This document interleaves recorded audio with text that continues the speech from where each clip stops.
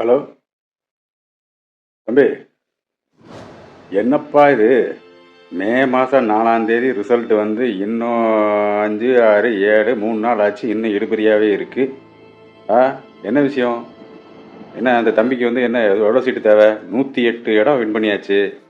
இன்னும் 10 இடம் பெரும்பான்மை நிரூபிக்கணும். 118 அதாவது வேணும். இன்னும் 10 சீட்டுக்கு இன்னும் அங்கேயும் இங்கேயுமா அலைஞ்சிட்டு இருக்கிற மாதிரி தெரியுது. எல்லாரும் நேரம் பார்த்து ரொம்ப பிகு பண்ணுவாங்களே. அதான் பிகு பண்ணுறாங்கன்னு நினைக்கிறேன்.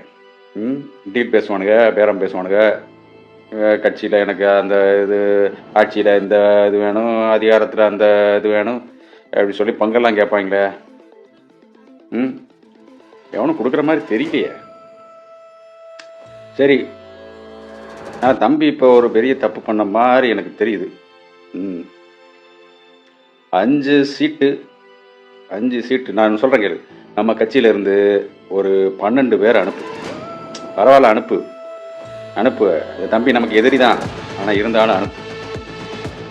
ஏன்னா எதிரியாக கூட இருந்துடலாம், ஆனால் துரோகியாக இருக்கக்கூடாது. புரியுதா? ஒரு 20 வருஷ கூட்டணி கட்சியை ஒரு நிமிஷத்தில் உதறிட்டு போய் டபக்குன்னு அங்கே தாவிட்டானுங்களே. தமிழ் இனத்துக்கும் துரோகி, கூட்டணி கட்சிக்கும் துரோகியாக இருந்தால் எப்படி? அதனால் துரோகிகிட்டலாம் வந்து அந்த தம்பி போய் நிற்க வேண்டாம். என்ன இருந்தாலும் அந்த தம்பி வந்து தமிழன். முதல்ல தம்பிக்கு யோசனை வேணும். சரி, வேறு வழி இல்லை, அங்கே போயாச்சு.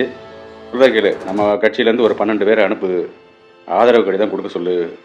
அதுக்கப்புறம் அவங்கள அந்த 5 வேண்டான்னு சொல்ல சொல்லிடு. சரியா? 12 பேர் சேர்த்தோம்னா என்னாச்சு? 108 ஒரு 12 120 ஆச்சு. ஒரு இது ரிசைன் பண்ணி திருப்பி மறுதேர்தலில் அந்த 2 தொகுதியில் ஜெயிச்சார்ல, இல்லை திருப்பி இது பண்ணாலும் இப்போதைக்கு 119 பெரும்பான்மை மெஜாரிட்டி, சீஃப் மினிஸ்டர் ஆயிடலாம். அப்புறம் என்ன? துரோகியா எதிரியா அப்படின்னு பார்த்தா எதிரி பெஸ்ட்டுன்னு தோணுது. புரியுதா? 12 பேர் அனுப்பு. பரவாயில்ல, எதிரி தான் நம்ம அந்த தம்பி, நமக்கு எதிரி தான். பரவாயில்ல, அனுப்பு.